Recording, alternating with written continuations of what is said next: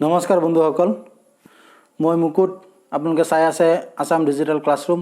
মই আজি 2021 চনৰ টেট হ'বলগীয়া টেট পৰীক্ষাৰ চিলেবাছৰ ওপৰত চাইল্ড ডেভেলপমেণ্ট এণ্ড পেডাগজিৰ প্ৰচেছ অফ লাৰ্ণিঙৰ দুটা পইণ্ট আলোচনা কৰিম। Meaning and nature of learning, factors affecting learning.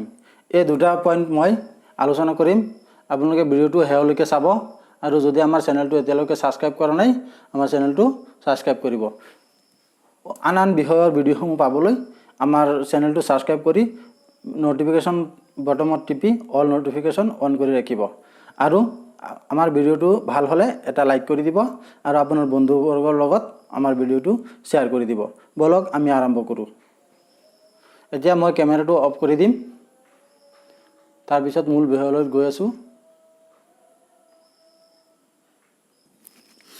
বন্ধুসকল, মই আজি প্ৰচেছ অফ লাৰ্ণিং, ইয়াৰ meaning and nature of learning, factors affecting learning, এই দুটা পইণ্টৰ ওপৰত মই আলোচনা কৰিম।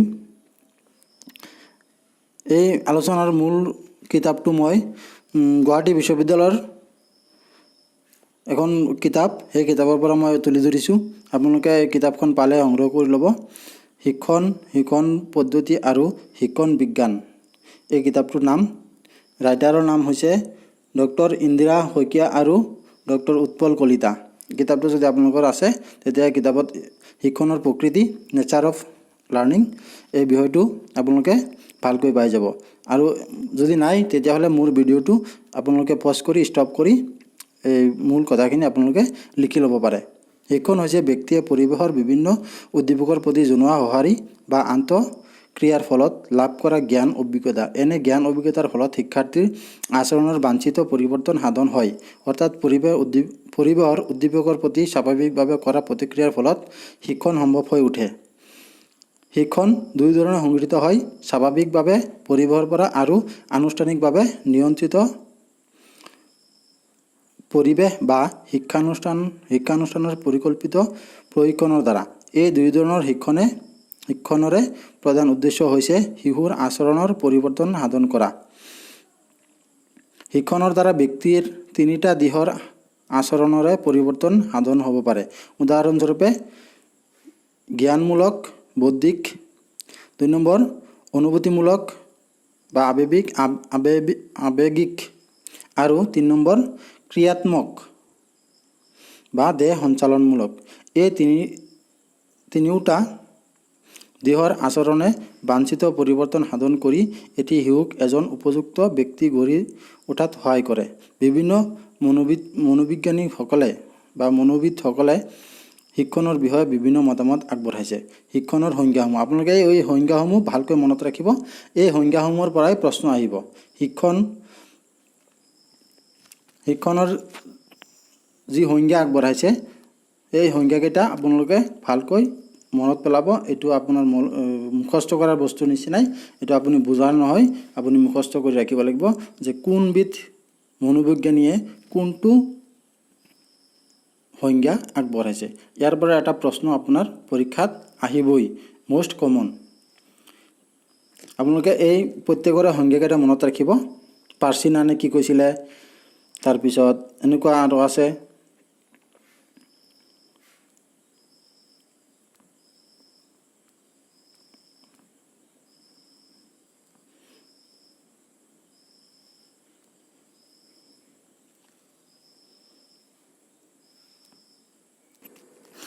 তাৰপিছত আছে এডৱাৰ্ড গেটছৰ সংজ্ঞা। তেওঁৰ মতে হৈছে শিক্ষণ হৈছে অভিজ্ঞতা আৰু প্ৰশিক্ষণৰ যোগেদি কৰা আচৰণৰ সংশোধন কাৰ্য। এনেকেই আপোনালোকে প্ৰত্যেকটো মনোবিদৰ বা মনোবিজ্ঞানীৰ যি সংজ্ঞা, এই সংজ্ঞাকেইটা ভালকৈ মনত ৰাখিব। JP গিলফৰ্ড, লিষ্টাৰ্ড ডি ক্ৰু আৰু LG ক্ৰু, এনেকৈ প্ৰত্যেকটো আপোনালোকে মনোবিদৰ এই সংজ্ঞাবিলাক ভালকৈ মনত ৰাখিব লাগিব। মই কৈছোঁ এইবিলাক সংজ্ঞাৰ পৰা এটা সংজ্ঞা উঠাই দিব আৰু আপোনালোকক সুধিব যে এই সংজ্ঞাটো কোনে আগবঢ়াইছিল। তলত প্ৰশ্নবিলাকৰ মনোবিজ্ঞানীবিলাকৰ নাম দিয়া থাকিব, আপোনালোকে এটা বাছি ল'ব লাগিব। গতিকে আপোনালোকে প্ৰত্যেকটো মনোবিজ্ঞানীৰ সংজ্ঞাবিলাক ভালকৈ শিকি ৰাখিব লাগিব আৰু মনত ৰাখিব লাগিব। তাৰপিছত আছে কেৰেক্টাৰিষ্টিক্স অফ লাৰ্নিং, শিক্ষণৰ বৈশিষ্ট্য। শিক্ষণৰ বৈশিষ্ট্যসমূহ কি এনেকৈ আপোনালোকে পইণ্ট বাই পইণ্ট আপোনালোকে শিকি ৰাখিব। আপোনালোকৰ যদি এনেকুৱা কিতাপ নাই তেতিয়াহ'লে এইকেইটা লিখি ল'ব পাৰে ভিডিঅ'টো পজ কৰি। ভিডিঅ'টো মই গোটেইখিনি কৈ দিলে ভিডিঅ'টো বহুত লম্বা হ'ব, গতিকে মই বস্তুখিনি এনেকৈ দি গৈ আছোঁ, আপোনালোকে লিখি ল'ব। তাৰপিছত আছে শিক্ষণ প্ৰক্ৰিয়া, টিচিং লাৰ্নিং প্ৰচেছ। এই কথাখিনি আপোনালোকে ভালকৈ পঢ়ি ল'ব। মই ভিডিঅ'টো দীঘল হ'বৰ কাৰণে মই এইখিনি ভালকৈ পঢ়া নাই, আপোনালোকে ভিডিঅ'টো পজ কৰি পঢ়ি ল'ব আৰু যিখিনি আপুনি ইম্পৰ্টেণ্ট বুলি ভাবিছে আপুনি বহীত এটাত লিখি ল'ব।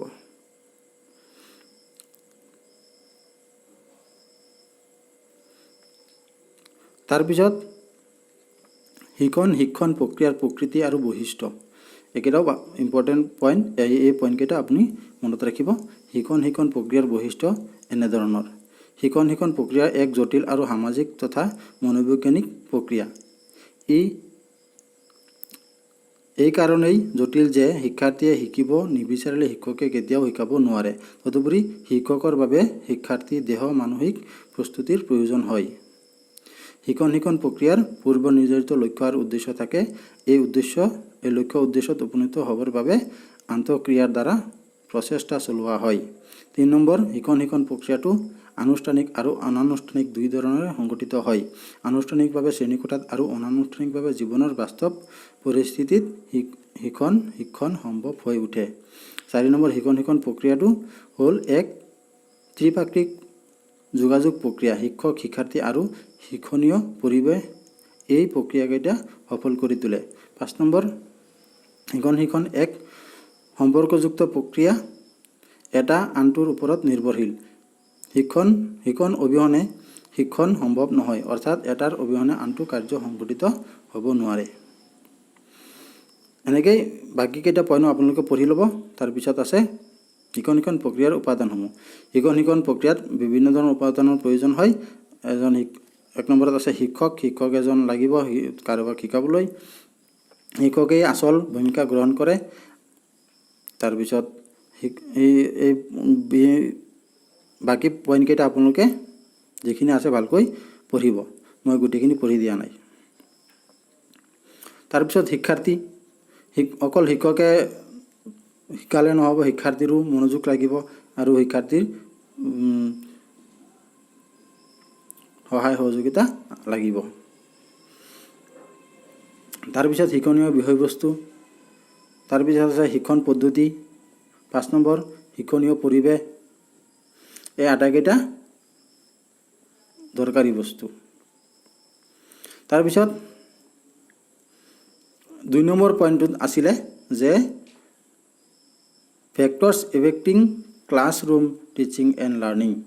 আমি যেতিয়া শিক্ষাদান দিম তাত বাধা প্ৰদান কৰা কিছুমান কাৰক, বাধাগ্ৰস্ততা কৰাৰ উপাদানসমূহ। শিক্ষণ প্ৰক্ৰিয়াত বাধাগ্ৰস্ততাৰ কাৰণসমূহ। বিভিন্ন কাৰণত শিক্ষণ প্ৰক্ৰিয়াৰ বাধা সৃষ্টি হয়। এই কাৰণসমূহ তলত আলোচনা কৰা হ'ল। 1 নম্বৰ হৈছে প্ৰতিকূল পৰিৱেশ। শ্ৰেণীকোঠাত যেতিয়া প্ৰয়োজনীয় সা সামগ্ৰী নাথাকে, শিক্ষণ সঁজুলি নাথাকে, তেতিয়া শিক্ষাৰ পৰিৱেশ সৃষ্টি কৰাত কষ্টকৰ হয়। এনে পৰিৱেশত ছাত্ৰ ছাত্ৰীয়ে মনোযোগ দিবলৈ সক্ষম নহয়, অৰ্থাৎ আগ্ৰহ সৃষ্টি কৰি শিক্ষাৰ্থীৰ দেহ মানসিক প্ৰস্তুতি গঢ়ি তুলিব নোৱাৰা পৰিৱেশেই প্ৰতিকূল পৰিৱেশ বুলি কোৱা হয়। এনে পৰিৱেশ শিক্ষাৰ্থীৰ বাবে অনুপযোগী। তাৰমানে আপুনি যে শিক্ষা দিব, শিক্ষক আৰু শিক্ষাৰ্থী থাকিলেই নহ'ব। এই শিক্ষাৰ্থী আৰু শিক্ষকে এটা শিক্ষাৰ উপযুক্ত পৰিৱেশ পাব লাগিব, য'ত আমি শিক্ষণ প্ৰক্ৰিয়াটো অতি সুন্দৰকৈ আমি চলাই নিব পাৰিম। তাৰপিছত আছে বাধাগত প্ৰতিবন্ধকতা। এজন শিক্ষক আৰু এজন শিক্ষাৰ্থীৰ মাজত যদি ভাষাৰ অমিল থাকে, তেতিয়াহ'লে শিক্ষাটো কেনেকৈ সম্ভৱ হ'ব। মই শিক্ষক হিচাপে যিখিনি কথা কৈছোঁ সেইখিনি যদি ছাত্ৰ ছাত্ৰীয়ে বুজি নাপায়, মোৰ ভাষাটোৱে যদি বুজি নাপায়, তেতিয়া এই শিক্ষাৰ কোনো কামেই নহ'ব। আৰু অকল শিক্ষকেই নহয়, ছাত্ৰ ছাত্ৰীৰ কথাও আমি শিক্ষকে বুজি পাব লাগিব। এনেকেই যদি ভাষাৰ যদি মিল নাথাকে, প্ৰতিবন্ধকতা থাকে, ভাষাৰ যদি কমিউনিকেশ্যনটো ভাল নহয়, মানে তেতিয়াহ'লে আমাৰ শিক্ষাৰ ক্ষেত্ৰত বাধা আহি পৰে। গতিকে আমি এই ভাষাৰ যিটো প্ৰতিবন্ধকতা আছে এইটো আমি দূৰ কৰি ল'ব লাগিব। তাৰপিছত অভিৰোচনৰ অভাৱ। শিক্ষাদানৰ ক্ষেত্ৰত অভিৰোচনৰ অভাৱ হ'লে শিক্ষণ কাৰ্য বাধাপ্ৰাপ্ত হৈ উঠে। শিক্ষাৰ্থী মানসিক প্ৰস্তুতিৰ ক্ষেত্ৰত অভিৰোচন গুৰুত্বপূৰ্ণ ভূমিকা গ্ৰহণ কৰে। সেয়ে অভিৰোচন অভাৱত শিক্ষা গ্ৰহণ কাৰ্য বাধাগ্ৰস্ত হৈ উঠিব পাৰে। কোনো ছাত্ৰ ছাত্ৰী যদি মনোযোগ নিদিয়ে, মানে শিক্ষা গ্ৰহণ কৰাৰ বাবে তেওঁ আগ্ৰহী নহয়, তেওঁ মনটো বেলেগ কাৰ্যৰ ফালে মানে মনটোক দি আছে, তেওঁ শিক্ষা গ্ৰহণৰ ক্ষেত্ৰত মনোযোগ দিয়া নাই, তেতিয়া আমি কি কৰিব লাগিব, এই ছাত্ৰ ছাত্ৰীটোক আমি বিভিন্ন ধৰণৰ অভিৰোচনমূলক কাৰ্যৰ জৰিয়তে তেওঁৰ আমি মনোযোগটো ঘূৰাই আনিবৰ চেষ্টা কৰিব লাগিব। শ্ৰেণীত মাত্ৰাধিক শিক্ষাৰ্থীৰ সংখ্যা। যদি এটা ক্লাছত বহুত ল'ৰা ছোৱালী থাকে আৰু শিক্ষক এজন থাকে, পঢ়িবলৈ জাগা কম, হুলস্থুল হৈ থাকে, তেতিয়াহ'লে আমি শিক্ষা দিয়াটো টান হৈ পৰে। তেনে ক্ষেত্ৰত আমি কি কৰিব লাগিব, হয়তো শ্ৰেণীকোঠাৰ সংখ্যা বঢ়াব লাগিব, বঢ়াই আমি কি কৰিব লাগিব, শ্ৰেণীকোঠাটো সুশৃংখলভাৱে সজা কৰি ল'ব লাগিব। আৰু শিক্ষাৰ্থীৰ মাজত আমি কি কৰিব লাগিব, ছেকশ্যন বনাই, শাখা বনাই, দুটা ৰুমত বহাই দুজন শিক্ষকে পঢ়াই আমি সেইটো আমি কি কৰিব পাৰিম, সমস্যাটো সমাধান কৰিব পাৰিম। তাৰপিছত শিক্ষক আৰু অপৰিৱৰ্তিত মাত। শিক্ষকৰ সৰু আৰু অপৰিৱৰ্তিত মাত, এইটো এটা সমস্যা। শিক্ষকে যদি জোৰে নকয়, পিছফালৰ পৰা যদি শুনা নাপায়, তেতিয়া শিক্ষাৰ্থীসকলৰ মাজত কি হ'ব, আমাৰ শিক্ষাদান কাৰ্যটো ফলপ্ৰসূ নহ'ব। আমি শিক্ষকৰ মাতটো সদায় ডাঙৰ হ'ব লাগে আৰু শুনাত ধুনীয়া হ'ব লাগে, আৰু যাতে সকলোৱে ভাল পায় তেনেকুৱা স্পষ্ট ভাষাৰে আমি কথাবিলাক ক'ব লাগিব। শিক্ষকৰ মাত সৰু আৰু স্পষ্ট হ'লে শিক্ষণ কাৰ্যত সফলতা লাভ কৰিব নোৱাৰি। তদুপৰি শিক্ষকজনে একোটা সুৰতে অধিক সময় বক্তৃতা দি থাকিলেও কি হ'ব, শিক্ষাৰ্থীৰ আগ্ৰহ নোহোৱা হৈ যাব আৰু বিৰক্তি অনুভৱ কৰিব। ফলত শিক্ষণ প্ৰক্ৰিয়া সঠিক লক্ষ্য উদ্দেশ্য সাধনত ব্যৰ্থতাই দেখা দিয়ে। আমি কি কৰিব লাগিব, আমাৰ ল'ৰা ছোৱালীক যাতে বৰিং ফিল নকৰে, তাৰ বাবে কি কৰিব লাগিব, আমাৰ শিক্ষক হিচাপে আমাৰ মাতটো পৰিৱৰ্তন কৰি থাকিব লাগিব। নহ'লে একেটা সুৰতে পঢ়াই থাকিলে কি হ'ব, বৰিং হৈ যাব। বৰিং হৈ তেওঁৰ মনোযোগটো বেলেগ ফালে গুচি যাব। সেইকাৰণে আমি কি কৰিব লাগিব, আমি এইবিলাক কথা আমি মন দি থাকিব লাগিব। তাৰপিছত 6 নম্বৰ, চকুৰ সংযোগ স্থাপনত ব্যৰ্থতা। শিক্ষকজনে কি কৰিব লাগিব, মুখেৰে মাত দি আছে আৰু মুখৰ মাতটো বেলেগ, আৰু চকুৰ ইচাৰাৰ জৰিয়তেও আমি বিভিন্ন দিহা পৰামৰ্শ দিব লাগিব। কোনোবা এজনে কথা পাতি আছে, তাক চকুৰে বুজাই দিব লাগিব যে মই দেখি আছোঁ দেই, তোমালোকে এইটো নকৰিবা। এনেকৈ চকুৰ বাহাৰেও আমি কিছু ইংগিত দিব পাৰিব লাগিব। আৰু নহ'লে কি হ'ব, আমাৰ শ্ৰেণীত শিক্ষণ কাৰ্যত বাধাৰ সৃষ্টি হ'ব। তাৰপিছত আপোনালোকে পইণ্টটো ভালকৈ পঢ়ি ল'ব। দৈহিক ভাষাৰ অশুদ্ধ প্ৰয়োগ। এজন শিক্ষকৰ দৈহিক অংগী ভংগীও শিক্ষাদানৰ গুৰুত্বপূৰ্ণ প্ৰভাৱ পেলাব পাৰে। যদিহে দৈহিক ভাষাৰ প্ৰয়োগ অশুদ্ধ হয় বা মাত্ৰাধিক হয়, তেতিয়া শিক্ষাৰ্থীৰ বাবে ই বিৰক্তিদায়ক হৈ উঠে। ফলস্বৰূপে শিক্ষণ কাৰ্যত বাধাগ্ৰস্ত হোৱাৰ সম্ভাৱনাই দেখা দিব পাৰে। 8 নম্বৰটো হ'ল মূল মাধ্যম বা পদ্ধতি ব্যৱহাৰ। মূল মাধ্যম বা পদ্ধতি ব্যৱহাৰ। শিক্ষাদানৰ মাধ্যম বা পদ্ধতিসমূহে শিক্ষণ কাৰ্য বা প্ৰক্ৰিয়াটো সজীৱ আৰু সক্ৰিয় কৰি তোলে। উপযুক্ত মাধ্যমসমূহে শিক্ষক আৰু শিক্ষাৰ্থীৰ মাজত সঠিক আন্তঃক্ৰিয়াৰ সৃষ্টি কৰাটো বিশেষভাৱে সহায় কৰে। কিন্তু অশুদ্ধ আৰু অনুপযুক্ত মাধ্যমৰ বাহিৰে বা ব্যৱহাৰে শিক্ষণ প্ৰক্ৰিয়াক বাধাগ্ৰস্ত কৰে। ইয়াৰ উপৰিও এই যিকেইটা পইণ্ট ইয়াত দিয়া আছে আৰু মই দুটা ইয়াৰ উপৰিও আৰু দুটা মই কৈ আছোঁ। এটা হৈছে এটা ব্যক্তি পাৰ্থক্য অস্বীকাৰ। শিক্ষাদান কাৰ্যৰ ফলপ্ৰসূ কৰি তুলিবলৈ শিক্ষকে শিক্ষাৰ্থীৰ ব্যক্তিগত পাৰ্থক্যৰ প্ৰতি লক্ষ্য ৰাখি উপযুক্ত ব্যৱস্থা গ্ৰহণ কৰিব লগা হয়। তাৰমানে কি, কোনোবা এজন এনেকুৱা ল'ৰা ছোৱালী থাকে যে আপুনি এবাৰ ক'লেই বুজি পায়, আৰু কিছুমান এনেকুৱা ল'ৰা ছোৱালী থাকে আপুনি 2-3বাৰ ক'লেও বুজি নাপায়। গতিকে আপুনি এইটো মেনেজ কৰিব লাগিব, সকলোকে সমানে আগুৱাই নিব লাগিব। কোনোবা এজন অলপ বেছি চোকা তেওঁকো আগবঢ়াই নিব লাগিব, আৰু অলপ পিছ পৰি থকা ল'ৰা ছোৱালীকো আপুনি আগুৱাই নিব লাগিব। তেতিয়াহ'লে আমাৰ শিক্ষণ কাৰ্যটো সম্পূৰ্ণ সফল হ'ব। আৰু নহ'লে কি হ'ব, এই পিছ পৰি থকাজন পিছ পৰিয়ে থাকিব। শিক্ষকে যদি ব্যক্তি পাৰ্থক্য লক্ষ্য নকৰে তেতিয়া কি হ'ব, কিছু সংখ্যক শিক্ষাৰ্থী তেওঁৰ শিক্ষাদানৰ দ্বাৰা উপকৃত নহ'ব। আৰু এটা পইণ্ট আছে, সেইটো হৈছে উপযুক্ত শিক্ষণ সঁজুলিৰ অভাৱ। আমি যেতিয়া শিক্ষাদান কৰিম তেতিয়া আমাৰ কি লাগিব, উপযুক্ত শিক্ষণ সঁজুলি লাগিব। সহজতে জ্ঞান লাভ কৰাত শিক্ষাৰ্থীক সহায় কৰে শিক্ষণ সঁজুলিয়ে। বিশেষকৈ কম বয়সীয়া শিক্ষাৰ্থীৰ বাবে শিক্ষণ সঁজুলিৰ অতি প্ৰয়োজন। তেনে ক্ষেত্ৰত উপযুক্ত শিক্ষণ সঁজুলিৰ অভাৱে শিক্ষাৰ্থীক সঠিক জ্ঞান আয়ত্ত কৰাত বাধাৰ সৃষ্টি কৰিব পাৰে।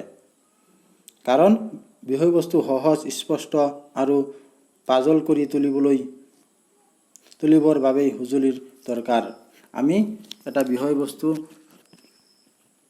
একেবাৰে সহজ কৰিবলৈ, ল'ৰা ছোৱালীক আকৰ্ষিত কৰিবলৈ, মনোযোগ আকৰ্ষণ কৰিবলৈ তেওঁলোকক কি কৰিব লাগিব, শিক্ষণ সঁজুলিসমূহ টিচিং লাৰ্ণিং মেটেৰিয়েলছ বুলি যিটো কয় TLM, এইটো ব্যৱহাৰ কৰিব লাগিব। এইটো ব্যৱহাৰ নকৰিলে কি হ'ব, আমাৰ শিক্ষণৰ বাধা আহি পৰিব। এইকেইটা আছিলে শিক্ষণ